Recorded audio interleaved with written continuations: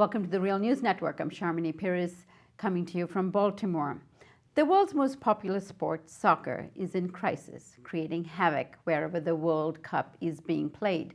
It is not any different from what is happening this week in Brazil, what has happened in South Africa and elsewhere, and perhaps Qatar to come.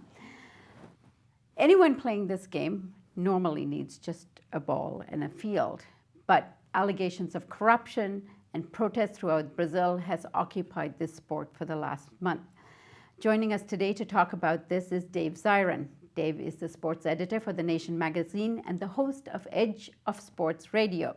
He authored the book Brazil's Dance with the Devil, the World Cup, the Olympics, and the Struggle for Democracy. Thank you for joining us, Dave. Thank you. Dave, you recently authored an editorial in the NYT on FIFA. What is going on with FIFA? Well, FIFA is a profoundly anti-democratic, very cloistered, extremely powerful, as John Oliver put it, the comedian, he called them cartoonishly evil organization that oversees international soccer. And they are an organization, thanks to the bravery of the masses of people in Brazil, are actually being exposed, not unlike the ways in which organizations like the IMF, World Bank, and WTO were opposed 15 years ago in the global justice movement. These sort of anonymous initials are being dragged into the spotlight where people are, I think, seeing what they're all about and being nauseated by what they find. Dave, you wrote, FIFA is supposed to police match fixing, yet a New York Times investigation revealed that only 6 people of its staff of 350 is really responsible for that enforcement. It is supposed to monitor corruption, but it is not clear it does.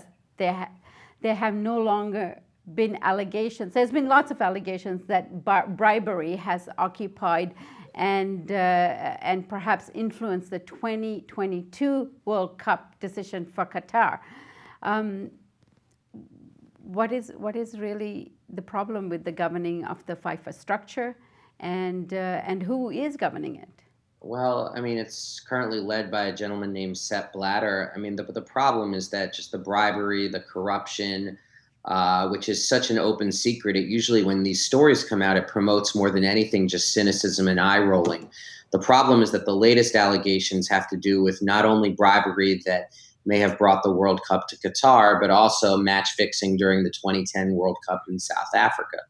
And the only thing that sports really have is, more than anything else, is their credibility, that it's a product where, you know, the team that performs better on the field or in the ring or on the court is the team that actually wins.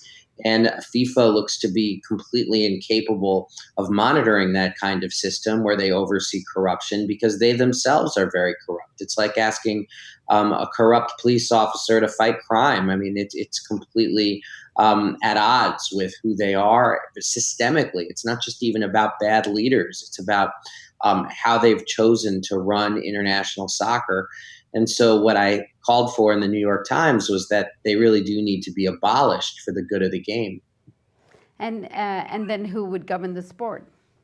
Well, I think you would need different bodies for different purposes. I mean, FIFA is in charge of both monitoring corruption and marketing and selling the sport. So they're very cozy with corporate sponsors and very cozy with the plutocracy of the world, many of whom are huge soccer fans and very competitive people who sometimes apply those rooting interests in ways that actually influence the outcome of games. Not to mention governments that have tried in the past to influence the outcome of games. I mean, people can Google 1978 World Cup and look at the way in which the Argentinian dictatorship may have actually fixed that World Cup, while FIFA looked the other way for the purposes of justifying their own legitimacy as the dirty wars were carried on in Argentina and throughout Latin America. So this is who FIFA is, and this is who they've been for decades. And it's only getting worse in a post 9/11 world where these security and surveillance issues are at the heart of a lot of the funding that goes into putting on these mega events. And so I think you need separate organizational bodies. You need an organizational body that actually tries to monitor corruption, match fixing, and the like. One that is unassailable from a just a moral and principled perspective. And then you could also have an organization that's responsible for marketing and sponsorships and selling the sport. But the idea of having one organization that's responsible for both seems to me like a disaster waiting to happen.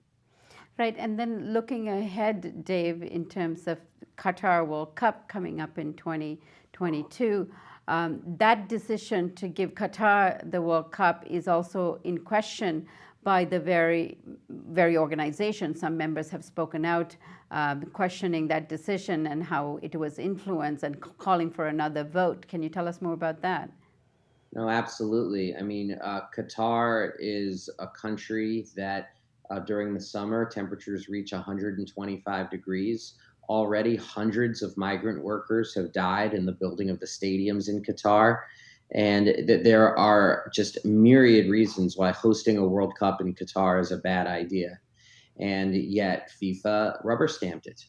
And now people in FIFA are tripping over themselves talking about how this was a bad idea, really trying to distance themselves from the fact that there was a bribery in situation that took place. And I have to quote the comedian John Oliver, who said that I hope there was bribery to get the World Cup to Qatar, because otherwise it makes absolutely no sense to have the World Cup in Qatar. At least that brings some logic to the decision. And sure enough, stunningly, Sepp Blatter, who's the profoundly unprincipled head of FIFA, is accusing people who are criticizing Qatar hosting the World Cup of racism, which is a remarkable statement from Sepp Blatter, especially given his own history of Islamophobia, which includes trying to prohibit women from wearing hijab when they play soccer and making that against the rules. So, I mean, he's hardly an honest broker when it comes to issues of anti Islamic or anti Muslim or anti Arab bigotry. If anything, he's been a promoter of that during his time as head of FIFA. Yes. At least in the case of Brazil, you can understand it's a national sport that is loved by the people of Brazil. When it comes to Qatar, I mean, Qataris are not big soccer players, and the population doesn't even lend itself to that kind of cultural celebration of a sport in that way. Are there any evidence of the bribery allegations? I mean, yes, the people should just Google New York Times Qatar and also Sunday London Times Qatar. I mean, the investigations have been exhaustive and they're very compelling that payoffs took place. And Qatar is also, a dictatorship. It's also a country that's really trying to establish a degree of leadership in the Middle East and hosting the World Cup. I mean, it's tremendous prestige for a country to be able to do that. And I bet once again, given the temperatures and given the fact that it just makes no sense to have the World Cup there. I mean, bribery certainly stands astride everything else as an explanation for why this is happening. Qatar is also the home and the funder of Al Jazeera. Has Al Jazeera been covering this issue? Yeah, I mean, I'm a contributor to Al Jazeera, which means that I come on to provide sports commentary for their evening program once a week. Consider this. And we've done segments about it, and I've been asked about it, and I don't hold back one iota. I mean, and no one has ever asked me to at Al Jazeera. So, I mean, I give them credit. They've been very honest brokers through this process. And I do have to say as well that Al Jazeera America, their reporting that they're doing from Brazil right now, from the favelas, I mean, really puts some of the major news networks to shame. That's great. Thank you so much for joining us, Dave. Thank you. And thank you for joining us on the Real News Network.